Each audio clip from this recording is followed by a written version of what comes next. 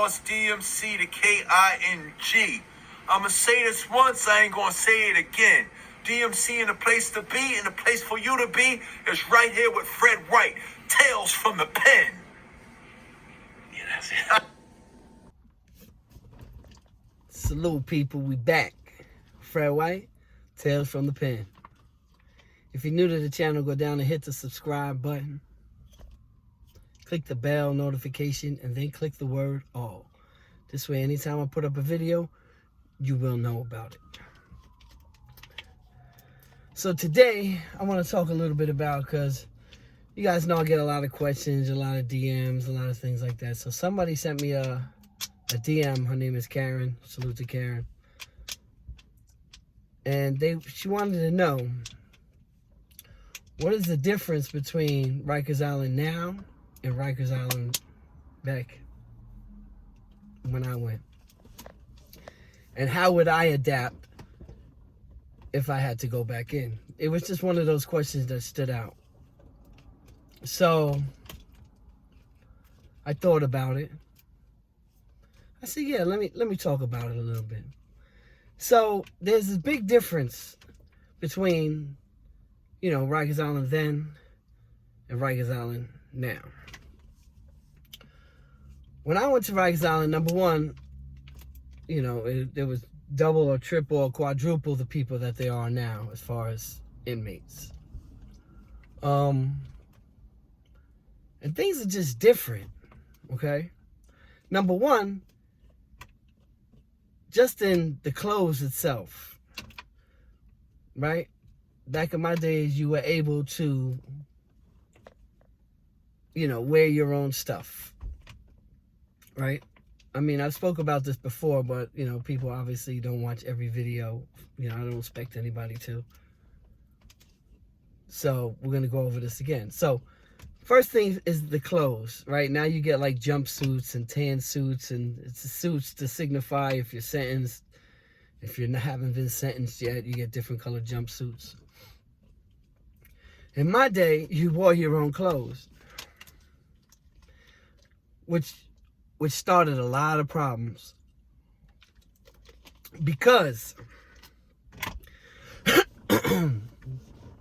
you come through, you wearing some fly stuff, you wearing something really nice, you still got your jewelry, your watch, maybe a little chain still on, right?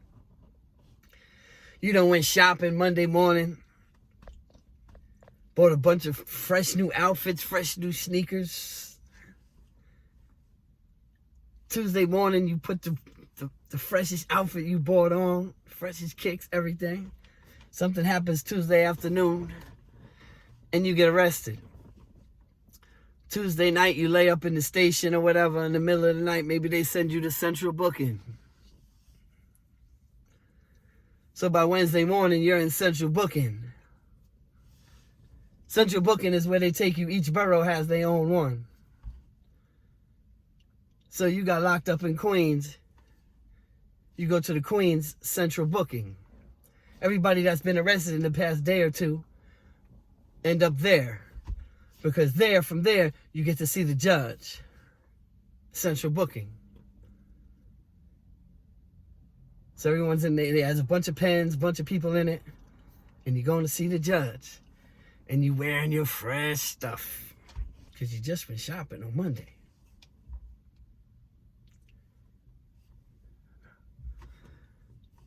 Right? You wearing your fresh stuff. See the judge, maybe Wednesday afternoon. And if it's some type of serious charge, some assault or attempt murder or anything like that, now all of a sudden, you can't make bail. By Wednesday night, you're crossing that bridge to Rikers Island. Because from central booking, you don't make bail, they're sending you to Rikers Island. Okay? Now you go through Rikers Island, you hit the bullpens. Now as soon as you hit them bullpens with that fresh new gear that you just bought, you're going to have to fight for it. You know what I'm saying? You're going to have to fight for that. You're going to have to fight for them Jordans or them sneakers or that polo shirt you got on. Yeah, with the teddy bear on it. You want the teddy? Ooh. You're going to have to fight for that. Right away. Them jewelry you got on, you're going to get pressed for it. Like, unless you some major killer that everybody knows already and you done been there mad times. But then there's still people who don't know you, who's still eyeing you. Like a piece of steak. You know what I mean? Like, you could be the biggest, illest killer, have the illest respect. And you from Brooklyn. But you got that kid from the Bronx that's looking at you like, yo, I'm gonna get him. Right? That was my era. You see what I'm saying? Anybody from my era understands that the scenario I just painted. Now, you go through and they give you jump shoots. Okay? So everyone looks the same, more or less. Because of the whole organization stuff that was going on Rikers Island, with the colors and all of that, they decided, nah, everybody gonna look the same. In my time,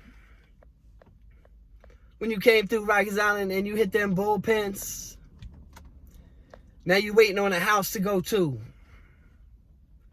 Now when you're waiting on that house to go to, they give you a little blanket, little cup, little sheets, things like that. You know, stuff that you may need. And you're waiting on a house to go to. They send you anywhere. Unless you got a crazy classification, then automatically you go right to the cells. Automatic. So you go through there, now you end up in a house.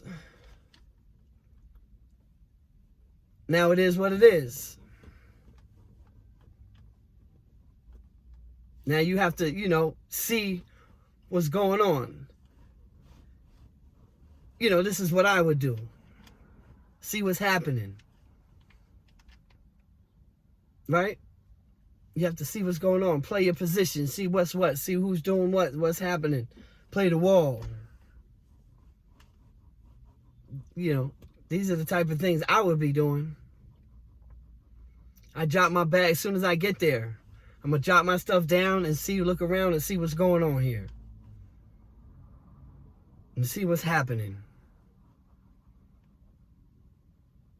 Right? That was my day. And you got tried, no matter who you was. Somebody, somebody gonna come up to you, what's up, man? Where you from? Blah, blah, blah, try to feel you out. If you act all meek, like, well, this is my first time and I really don't choo-chee. Extortion game comes on. Oh, this your first time here? What? Oh, okay. Nah, my name's such and such. I'm good, man. We straight here. I got you. When you go to commissary, I'm gonna need $20 though. You cool with that, right? Okay. That was my era. Right? And you had to fight for yours. Nowadays, it's different because the organization culture wasn't prevalent when I was on Rikers Island. You with me? The organization stuff now is different. So when you go through, if you've been going through Rikers Island for a long time and they already know who you are, they know what organization that you down with.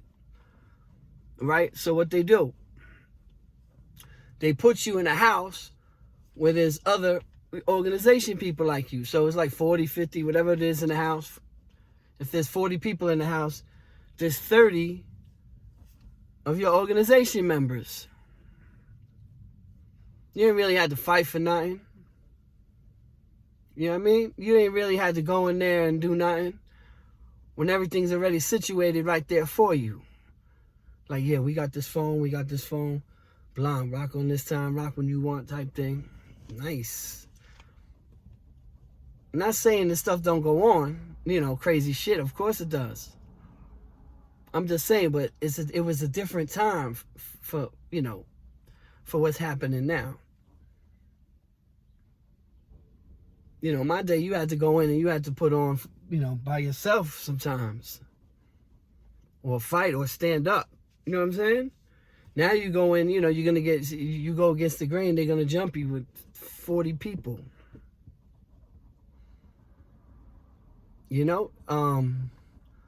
The violence in my era was crazy too, and the numbers were bananas, but because also, like I said, it was like 3 or 4 times the population is now on Rikers Island because they shut a lot of things down on Rikers Island.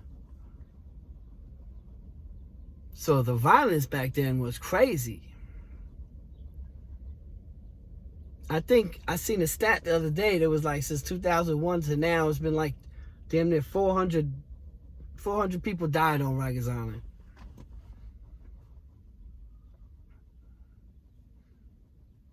Because, like I say, Rikers Island is one of those places like, you would die, man. You would die, and the corrections, they don't care. There's been numerous cases.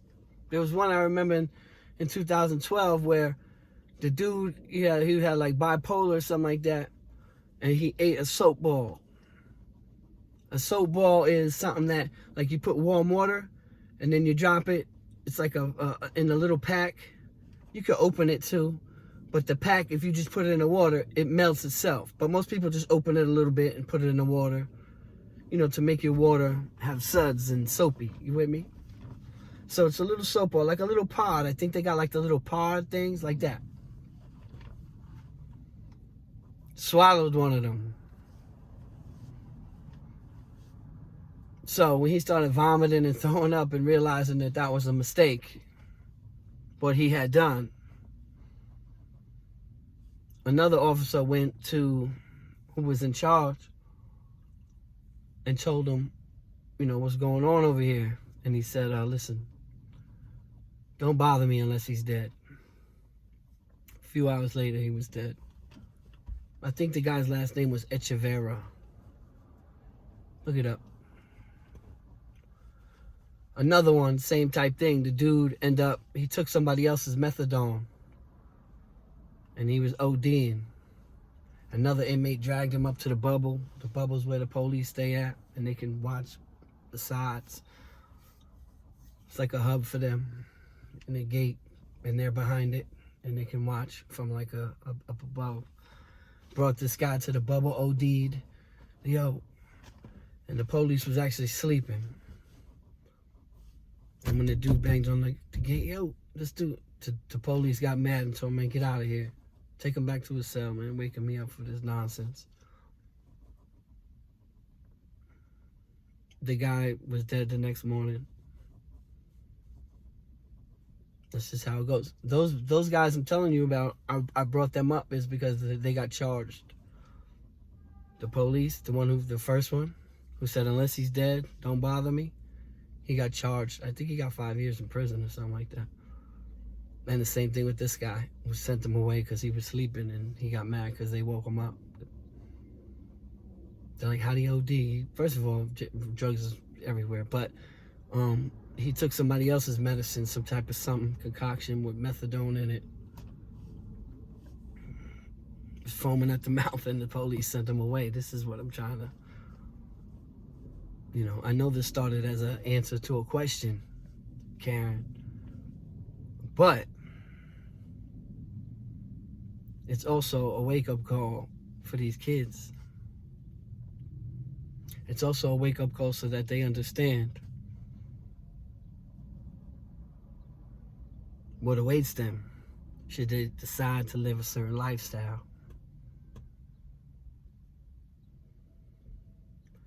The lifestyle is not for everybody.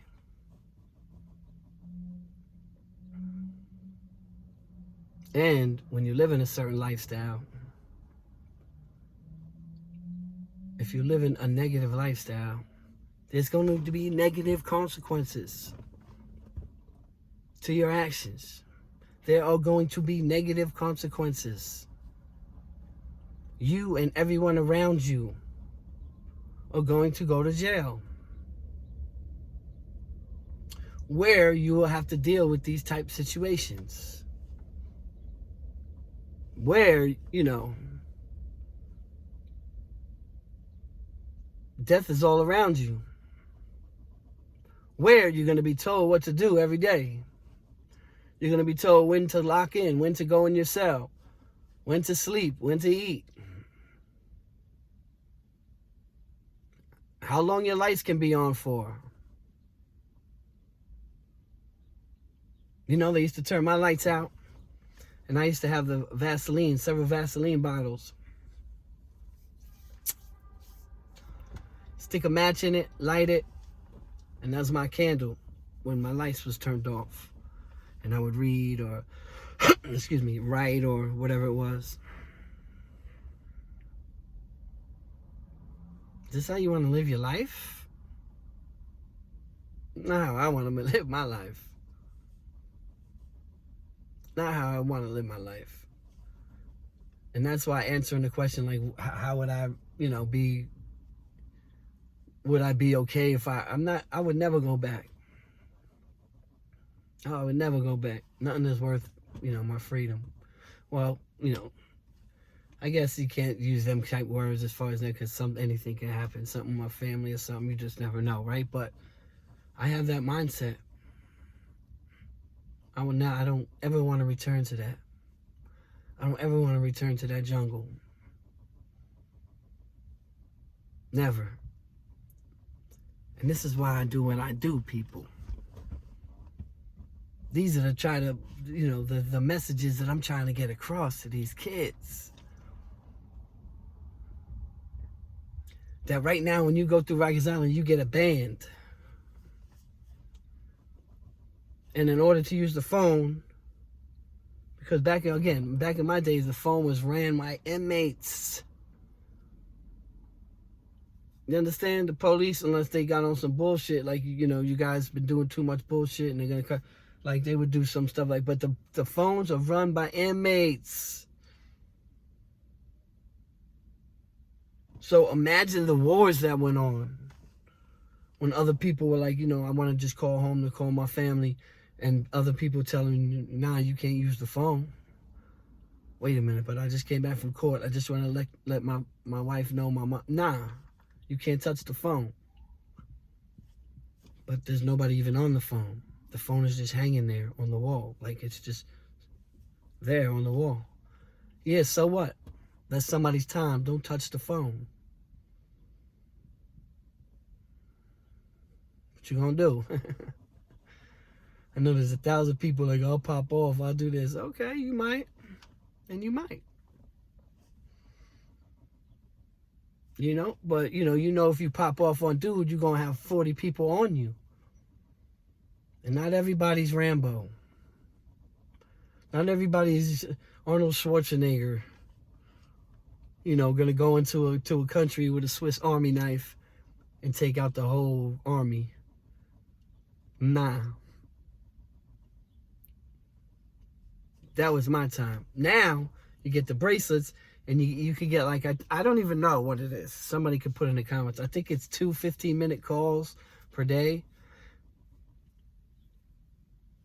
Right? You can use it, and only, that's your number. So when you pick up, put your number in, you put your number in, and then you can call. Those bracelets, though, people were taking people's bracelets. Like, you got a bracelet and I want to get on the phone. It's like, yo, put your thing in. I want to use your phone. If they don't, you take their bracelet or whatever. Some crackheads who had nobody to write, had nobody in the streets would just sell their bracelets for some food or whatever, some soap or whatever it is they would sell it for. They would sell their bracelets because they have nobody to call anyway. Do you hear how people are living? It's again, so that part about the phones and all that is different.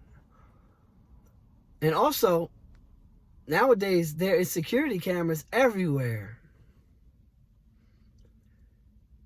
there are security cameras all over now in cell blocks and right, because if you go watch the Khalif Browder story, you see a fight,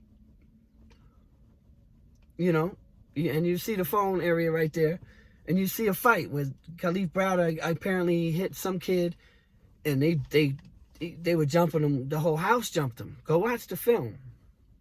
If you guys haven't seen the Khalif Browder story, wow, it's tough.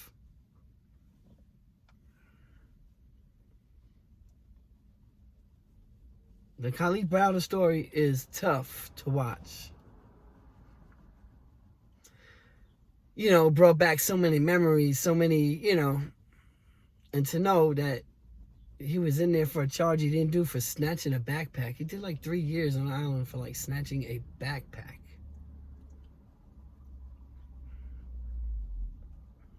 But that was a tough one, so that's how you know. There's cameras everywhere now on Rikers Island. So when you do something, it's hard to get away. Back in my day, you might have one dude done cut 3 people in one day and just like, no one, you know what I mean? Like, holy shit, where am I? This is a different world here. This guy done cut 3 different people at 3 different times. Like, what? That's happened before. You know what I mean? I just don't put names and stuff out there. Or I change names, you guys know how I do. But I know one dude, he cut 3 different people in one day. 3 different incidents type shit. Like, this is... Nowadays, as soon as he did the first one, there's camera, okay, you out of here. Take this new charge. You know what I mean? So it was a different time. It was a different world. I would never want to go back, but that's how I would do it. I would go in play my position. I'm not going to go in there and try to run shit and do that. That's not my, you know what I mean? Like, you know what I mean? But I'm going to stand 10 toes down, or whoever that saying goes. Bet that. You know what I mean? I use my couple phone calls a day. Make sure the family okay. Like, it's a different time. I'd be fine. You know what I mean? A lot of the stuff also that goes on as far as like the violence, like the real violence, is between organizations themselves. You know what I'm saying? Whether I'd be at war with each other or other people. And that's not my thing. So, to that question, I'll be all right. But it's never going to happen. We not, you know. It's never going to happen. That's it. You know what I mean? Like, I've done seen too much nonsense. I've done seen too much violence. I've done seen too much death. I've done seen too much insanity to know that I don't want to be a part of that. I do not want to be a part of that. And I recommend, for all you people who've never been to jail, I recommend you stay out of it. I recommend, you know, you live a positive lifestyle. That's what I recommend.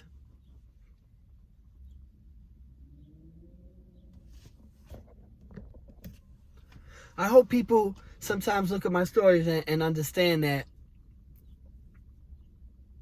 I do not want to live like that. That is not the lifestyle that I want to live. That is not the environment that I want to live.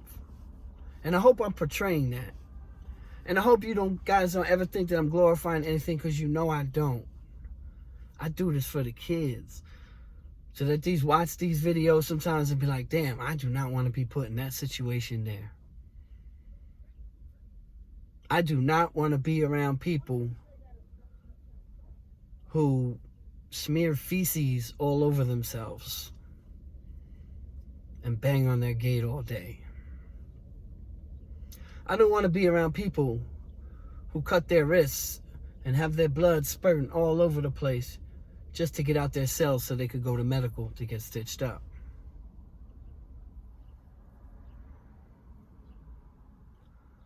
I don't want to be around this guy howling and screaming all night long.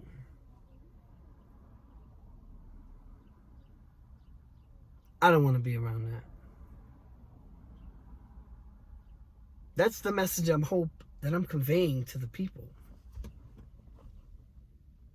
Because again, there's nothing cool about jail. Nothing.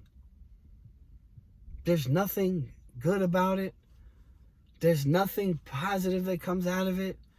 It was a horrible, horrible experience for me. Where sometimes it was just like life and death type things were happening around me.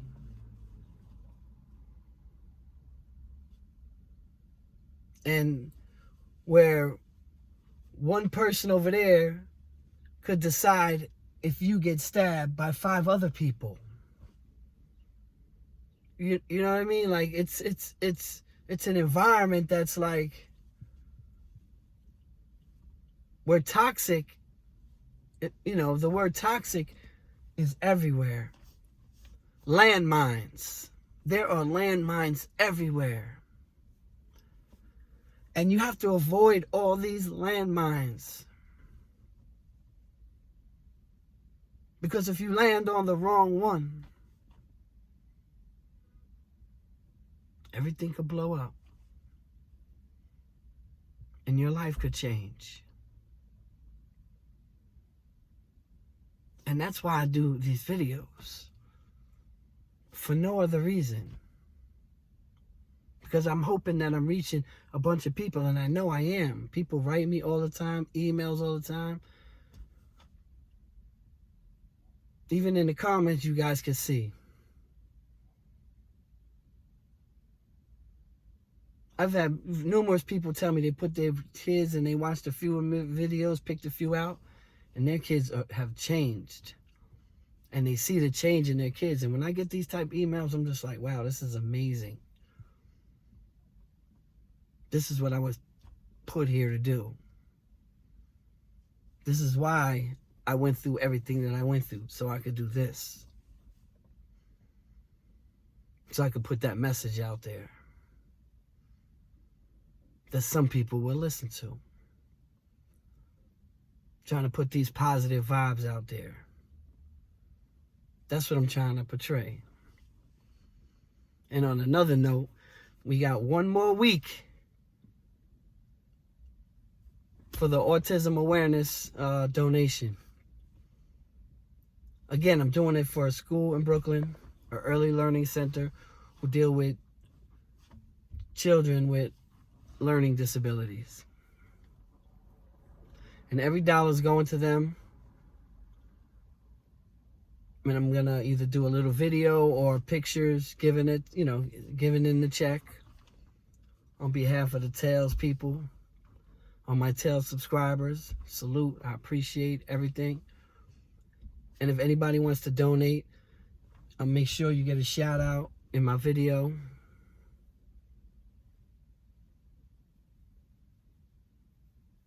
And to let the world know that you donated.